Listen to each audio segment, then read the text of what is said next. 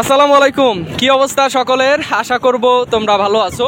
তো আজকে আমি এসেছি কক্সবাজারে। তোমাদের যেহেতু অ্যাডমিশন পরীক্ষা চলছে, বিশেষ করে আজকের ভিডিওতে আলোচনা করব জগন্নাথ বিশ্ববিদ্যালয়ে ভর্তির যে নোটিশ দিয়েছে সেই নোটিশ নিয়ে। তো তোমাদের আপডেটটা না দিলে তোমরা হয়তো ঘুমিয়ে থাকবে, অনেকেই এই আপডেটটা পাবে না।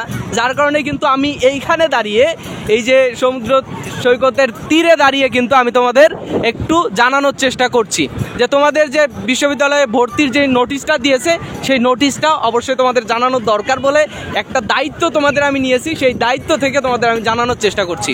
দেখো, আজকে 25 তারিখ, আজকে 25 এপ্রিল, আজকে কিন্তু তোমাদের নোটিশ দিয়েছে। কেমন নোটিশ? যে যারা মেধা তালিকায় যাদের সাবজেক্ট আসবে সেই সাবজেক্ট অনুসারে তারা ভর্তি হবে। যে ফ্যাকাল্টিতে ভর্তি হবে, 5টা ইউনিট রয়েছে, 5টা ইউনিটে যারা ভর্তি হবে তাদের কিন্তু নোটিশ একটা দিয়ে দিয়েছে বিশ্ববিদ্যালয়। আজকে 25 এপ্রিল দুপুরের দিকে হয়তো নোটিশটা দিয়েছে, আমার চোখে এসেছে দুপুরের দিকে। যাই হোক, ভিজে যেন না যাই, একটু ইয়ে নিস। আচ্ছা, কি করবে? আমি তোমাদের ফেসবুক পেজের, আমার যে Faruk English Academy Facebook page রয়েছে সেইখানে কিন্তু আমি এই নোটিশটা আপলোড করে দিব এবং সেখানে তোমরা দেখতে পাবে যে কোন ইউনিটে কত টাকা দিয়ে তুমি ভর্তি হবে।